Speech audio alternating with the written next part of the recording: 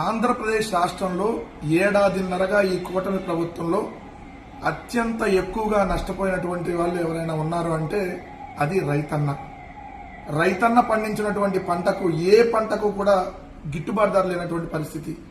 వ్యవసాయం దండగా అన్నటువంటి వ్యక్తి ఆంధ్రప్రదేశ్ రాష్ట్రానికి ముఖ్యమంత్రిగా ఉన్నటువంటి 18 నెలల కాలంలో రైతు పండించినటువంటి పంట ఆ పంటను కాపాడుకోవడానికి యూరియా దొరకదు. ఆ యూరియాని బ్లాక్ లో కొనాల్సినటువంటి పరిస్థితి.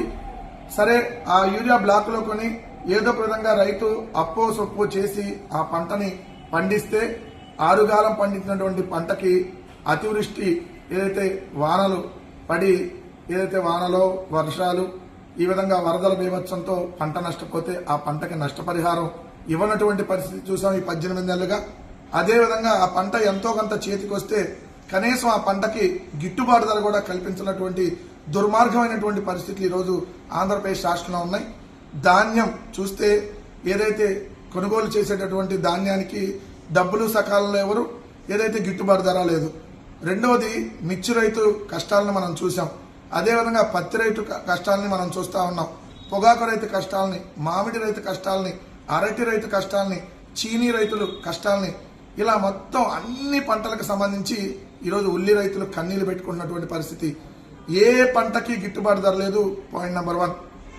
మరీ ముఖ్యంగా చూస్తే ఏదైతే రైతు భరోసా కేంద్రాలు రైతన్నను జగన్మోహన్ రెడ్డి గారు ఉన్నప్పుడు చేపట్టి నడిపించినటువంటి ఆ రైతు భరోసా కేంద్రాలని ఈరోజు నిర్వీర్యం చేస్తున్నటువంటి పరిస్థితి ఇంకొక వైపు.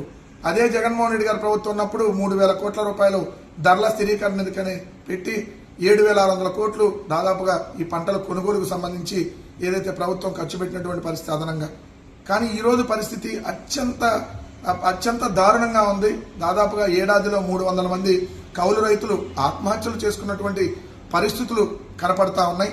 కానీ ప్రస్తుత ముఖ్యమంత్రిగా ఉన్నటువంటి చంద్రబాబు నాయుడు గారికి నిమ్మకు నీరెట్టినట్టు కూడా లేదు. ఆయన మాట్లాడతాడు, అన్నదాత కోసం ఏదో ప్రోగ్రాములు చేస్తాడంట, పంచసూత్రాలంట, ఈయనేదో టెక్నాలజీని కనిపెట్టి డ్రోన్ని ఎగరేస్తాడంట. అసలు ముందు ఈడ పంటకి యూరియా ఇవ్వటం చేత కాదు, ఏదైతే పంటకి గిట్టుబాటు ధర కల్పించడం చేత కాదు, ఉచిత పంటల బీమా ఇవ్వటం అసలు చేత కాదు మీకు, ఏదైతే క్రాప్ ఇన్సూరెన్స్ ఇవ్వడం చేత కాదు, ఇన్పుట్ సబ్సిడీ ఇవ్వటం చేత కాదు. ఈరోజు ఏదైతే జగన్మోహన్ రెడ్డి గారు ఆ రోజు ఉన్నప్పుడు ఏదైతే ఏ కాలంలో పంట నష్టపోతే, అంటే రబీ కాలంలో పంట నష్టపోతే రబీలోనే ఇన్పుట్ సబ్సిడీ అందించారు, ఖరీఫ్ కాలంలో పంట నష్టపోతే ఖరీఫ్లోనే ఇన్పుట్ సబ్సిడీ అందించినటువంటి పరిస్థితి. ఉచిత పంటల బీమాని జగన్మోహన్ రెడ్డి గారి ప్రభుత్వం 5 సంవత్సరాల పాటు రైతులకు అందించి పంట నష్టపోయినటువంటి రైతాంగాన్ని ఆదుకున్నటువంటి పరిస్థితి. దాదాపు ప్రతి ఎకరానికి 20 నుంచి 25